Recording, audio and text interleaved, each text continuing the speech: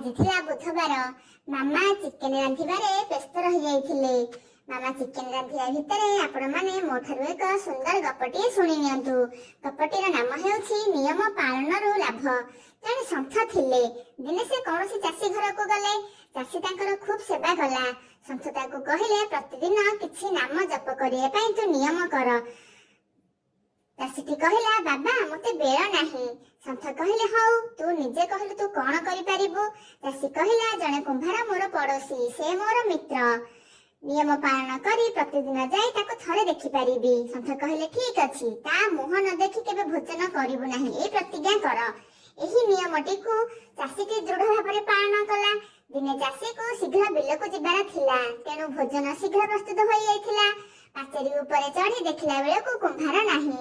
ପଚାରି ବୁଝିବାରୁ ଜଣା ପଡିଲା ଯେ ସେ କୁଆଡେ ମାଟି ହାଣିବାକୁ ଯାଇଛି। ଚାଷୀ ତାକୁ ଦେଖିବା ପାଇଁ ଖୁବ୍ ଜୋରରେ ଦୌଡ଼ିଲା। ଏପଟେ ମାଟି ଖୋଳୁ ଖୋଳୁ କୁମ୍ଭାରକୁ ଧନରତ୍ନପୂର୍ଣ୍ଣ ଗୋଟିଏ ହାଣ୍ଡି ମିଳିଗଲା। ସେ ଭାବିଲା ଯେ କେହି ଦେଖିନେଲେ ଏହାକୁ ବଡ ଅସୁବିଧା ହେବ। ସେଥିପାଇଁ ସେ ଆଖପାଖରେ କେହି ଅଛନ୍ତି କି ବୋଲି ଦେଖିବାକୁ ଗୋଟିଏ ଗଛ ଉପରେ ଚଢିଗଲା। ସେ ହଠାତ୍ ଚାଷୀକୁ ଦେଖିବାକୁ ପାଇଲା। ଏପଟେ ଚାଷୀର ଦୃଷ୍ଟି ମଧ୍ୟ କୁମ୍ଭାର ଉପରେ ପଡିଲା। କୁମ୍ଭାରକୁ ଦେଖିବା ମାତ୍ରେ ଚାଷୀ ଜଣକ ଓଲଟା ଘରକୁ ଫେରିଯିବା ପାଇଁ ଦୌଡ଼ିଲା। କୁମ୍ଭାର ଭାବିଲା ଯେ ବୋଧ ହୁଏ ଇଏ ହାଣ୍ଡିଟିକୁ ଦେଖିଦେଲା, ଏବେ ଅସୁବିଧା ହେଇଯିବ। କୁମ୍ଭାର ଡାକ ପକାଇଲା, ଆରେ ରହ ରହ। ଚାଷୀ କହିଲା, ବାସ୍ ଦେଖିଦେଲି।